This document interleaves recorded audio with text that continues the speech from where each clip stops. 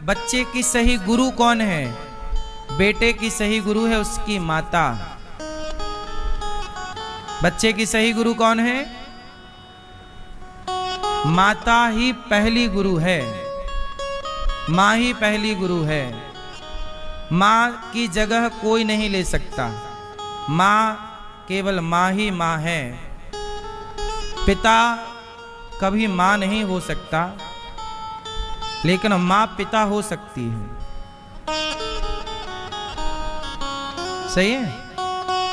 एक माँ ऐसी है जो माँ भी हो सकती है, माँ तो है ही, पर वो बाप की भूमिका भी निभा सकती है। लेकिन पिता सारी जिंदगी पिता ही रहेगा, वो माँ की कमी पूरी नहीं कर सकता। इसलिए माँ को भगवान कहा गया है, इसलिए पहले नंबर पे माँ को रखा गया, दूसरे पे बाप को। त्वमेव माता च पिता त्वमेव। अभी आपने देखा जबलपुर बरगी डैम में क्रूज डूब गया, उसमें एक माँ ने अपने बच्चे को छोड़ा नहीं। माँ ने सुरक्षा जैकेट पहनी थी, माँ चाहती तो बच जाती, बच्चे को छोड़ देती तो अपना बच जाती, पर उसने बच्चे को नहीं छोड़ा, क्योंकि बच्चे के वजन के कारण वो डूब गई। अच्छा, वो उस पानी में डूबते हुए में वो अपनी उतारे को उसे भी नहीं पहना सकती, तो वो डूब गई। माँ डूबी, वो बच्चा डूबा, तो माँ ने उसे छोड़ा नहीं कि इसे छोड़ के मैं अपने को बचा लूं। नहीं, बच्चा डूब रहा है तो फिर मैं भी ही डूबूंगी। और वो बेचारी डूब गई, और मरने के बाद भी उसने अपने बच्चे को कस के पकड़ा था। सोचिए, वो मर चुकी थी पर उसकी पकड़ में बच्चा था। सोचिए, इतने पानी में गहरे में डूबी, लेकिन उसने बच्चे को मरने के बाद भी नहीं छोड़ा। जब लाश मिली तो दोनों की एक साथ मिली, वरना मरने के बाद तो व्यक्ति अचेत हो जाता है, कौन कहाँ है। लेकिन माँ माँ होती है, ऐसे ही माँ को भगवान नहीं कहते। ये उदाहरण देख लीजिए कि माँ माँ होती है।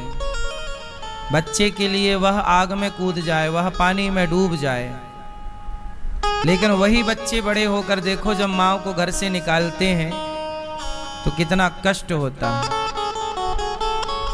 इसलिए अपनी माँ की सदा इज्जत कीजिएगा। जब आप छोटे थे, जब आप गोद में थे, तो माँ आपसे कितना प्यार आज भी करती है, ये आपको नहीं पता।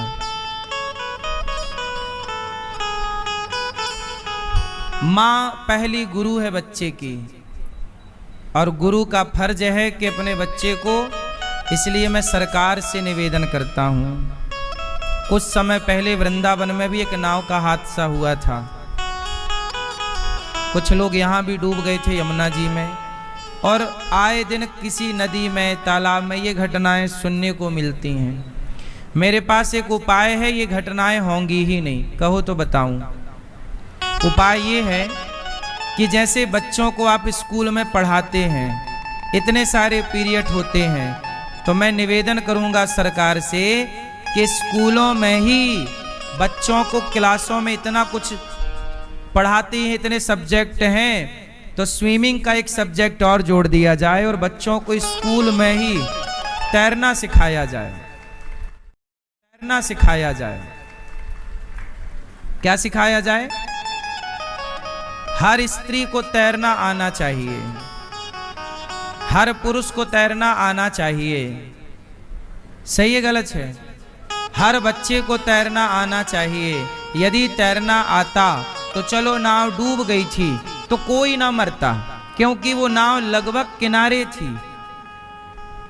किनारे से थोड़ी दूर थी, तैर सकते। उनमें से एक बच्चा तैर के आ गया था जिसको तैरना आता था।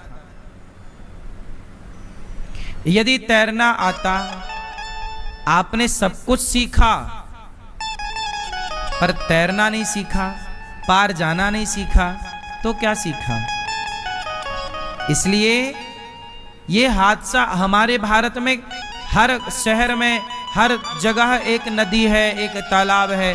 हम लोग तो पानी से घिरे हुए हैं। हमारे सारे तीर्थ स्थल नदियों के किनारे हैं। बोलो हाँ। और तीर्थों में नहाने जाओ तो नदी में ही नहाना होता है। तैरना सबको आना चाहिए। सही है गलत है?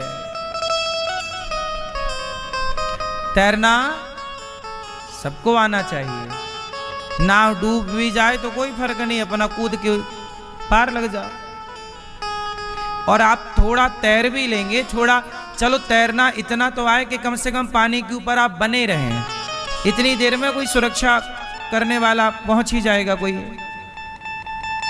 लंबी तैराकी नहीं आती, चलो पानी में बने तो रहो, ऊपर डूबो तो ना। आत्मरक्षा,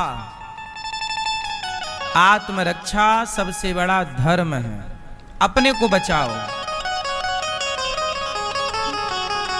इसलिए आपने बच्चों को ये डिग्री दी, वो डिग्री दी, ये पढ़ाया, वो पढ़ाया, तैरना तो सिखाया नहीं।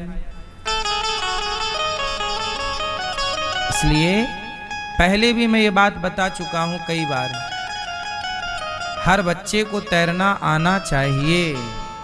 पहले ऐसा था, हमारे घर के सामने तालाब था, हमें किसी ने तैरना नहीं सिखाया, हमें पता ही नहीं हम कब तैरना सीख गए। तालाब सामने था, पहले हर गांव में तालाब थे, हर गली मोहल्ले में तालाब थे।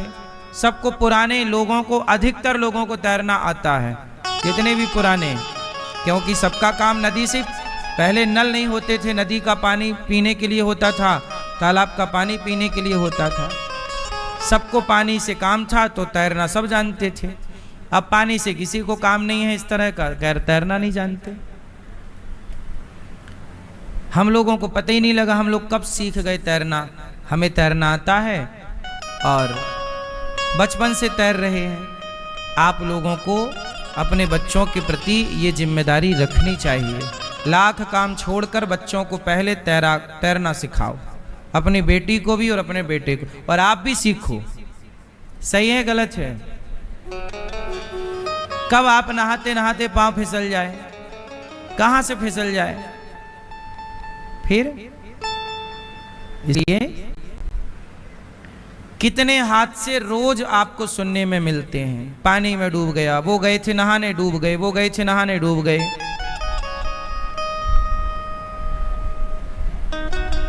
लापरवाही सबकी होती है, हम भी अपना कर्तव्य पूरा नहीं करते। नाव वाले ने भी सुरक्षा जैकेट सबको नहीं पहना रखी थी। हर व्यक्ति ईमानदारी से अपना अपना काम करे तो ये हादसे कभी ना हो। हर व्यक्ति सड़क पे गाड़ी चलाने वाला ईमानदारी से गाड़ी चलाए, शराब पी के ना चलाए, ठीक ठीक से गाड़ी चलाए, यहाँ वहाँ मुड़ने से पहले इंडिकेटर दे, प्रॉपर चलाए तो एक्सीडेंट कभी ना होगा। एक्सीडेंट कब होते हैं? जब कोई अचानक से कहीं से भी घुस जाता है। आए दिन आप देखते हैं कि गाड़ी भिड़ गई, एक्सीडेंट हो गया, लोग मर गए। क्यों?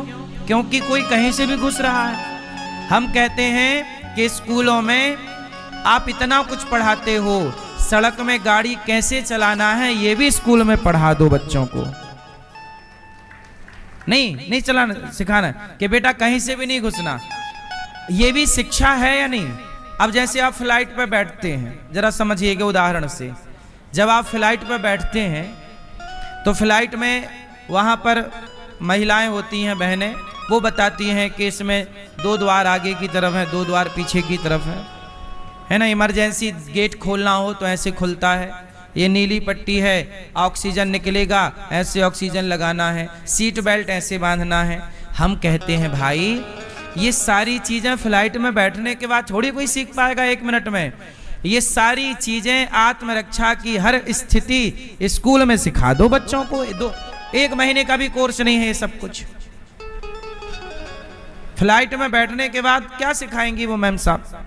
कैसे लगाओ वैसे लगाओ, कैसे लगाओ वैसे लगाओ। क्यों? सब पहले ही से ट्रेंड हो ना हम सब, कि पानी में यदि जहाज को उतरना पड़े तो क्या करना है। ये सब स्कूल में हम सबको नॉलेज होना चाहिए। शिक्षा क्या है? 2 और 2 4 पढ़ा देना यही शिक्षा नहीं है। हर परिस्थिति में कैसे अपने को बचाए रखना। मैं एक बार बोल चुका हूं, जैसे हमारे केदारनाथ में एक बार हादसा हुआ था 2012 की 2013 में क्या हुआ, आपदा आई थी।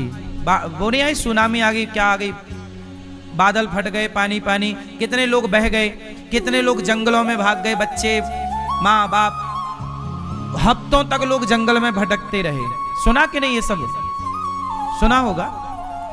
अच्छा ये बताइए, उस समय यदि मैं होता या आप होते तो हम भी जंगल में भटक रहे होते। उस समय जंगल में कैसे जिया जाता है, जंगल में यदि आप फंस जाएं तो आप कैसे सरवाइव करेंगे, कैसे रहेंगे? क्या ये कला जीने की हम सबको नहीं सीखनी चाहिए? भाई मुसीबत बता के तो आएगी नहीं कि मैं आ रही हूं। कब कौन कहां मुसीबत पे पड़ जाए, किस मुसीबत पे पड़ जाए। अब जैसे युद्ध की स्थितियां हैं दुनिया भर में, तो देश लोग बताते हैं कि भाई जब कोई भी बम पटका जाए तो आपको छिपना कहां है, कैसे छिपना है। आपके कमरे में यदि बेड है, पलंग है, तो पलंग के नीचे छिप जाना है ताकि आप सुरक्षित रहें। सीढ़ियां हैं तो सीढ़ियों के किनारे नीचे, सीढ़ियों के नीचे छिप जाना। ये सब बताया जाता है। कब बताया जाता है? जब बम फेंके जाने लगे। हम कहते हैं हर चीज स्कूल में क्यों नहीं पढ़ाई जाए। भूकंप आए अचानक तो क्या करना चाहिए, अचानक भूकंप आ जाए तो क्या करना चाहिए, अचानक आग लग जाए, कई बार बिल्डिंगों में आग लग जाती है, आग लग गई तो फिर भागे। ये पहले हम सबको गाइड होना चाहिए। ये सब ये कोर्स है, ये भी शिक्षा का हिस्सा है या नहीं? बोलो। आपातकाल में हमें हर जगह से हम बचें, और केवल बचें ना, औरों की मदद कर सकें, औरों की मदद कर सकें। अब आग लग गई, क्या करें? तुरंत अपने मुंह पे कपड़ा बांध करके उस तरफ भागो जिस तरफ, है ना, औरों की मदद कर सकें, औरों की मदद कर सकें। अब आग लग गई, क्या करें?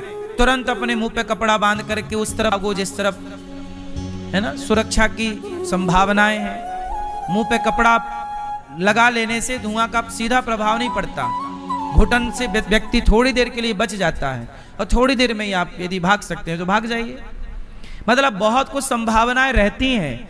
समस्या है तो उसका समाधान भी, ऐसी कोई समस्या नहीं इस धरती पर जिसका कोई समाधान ना हो। लेकिन ये सब पढ़ाने का विषय है, स्कूलों में पढ़ाया जाए। 8वीं 9वीं 10वीं से ये सब्जेक्ट साल भर में कंप्लीट हो जाएगा। पूरा कोर्स 1 साल का है, ये सारा कोर्स जो मैंने बताया, सब कुछ आ जाएगा इसमें। कि आप यहां फंस जाएं तो क्या करें, यहां फंस जाएं तो क्या करें, ऐसी आपदा आ जाए तो क्या करें, देश में संकट आ जाए, युद्ध की स्थिति बन जाए तो आपको क्या करना चाहिए। कुछ तो तैयारी सबकी रहे ही, सही है। लेकिन ये सब ना पढ़ाएंगे। बस आजकल स्कूलों में चलो बेटा नाचो, असली डांस करा रहे हैं, मुन्नी बदनाम हुई, शीला की जवानी, ये चल रहा है स्कूलों में।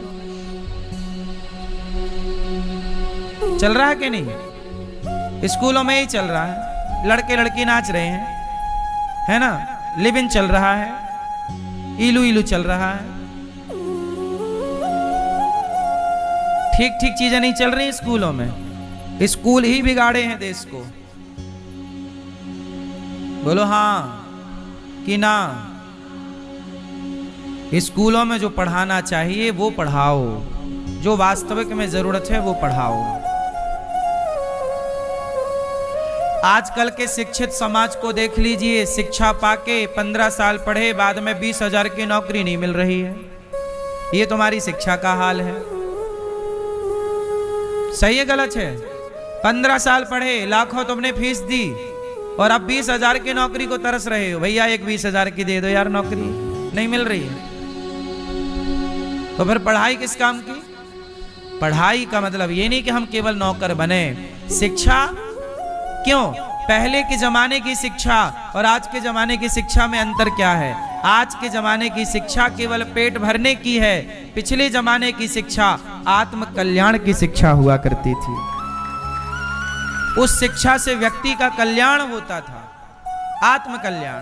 अब यहां आत्म कल्याण जानते नहीं है, शिक्षित लोगों से पूछ लो आत्म कल्याण क्या, उन्हें नहीं पता। उन्हें तो बस ये पता है कि कैसे भ्रष्टाचार करना है, कैसे सड़क ऐसी बनाए कि 2 साल में खराब हो जाए।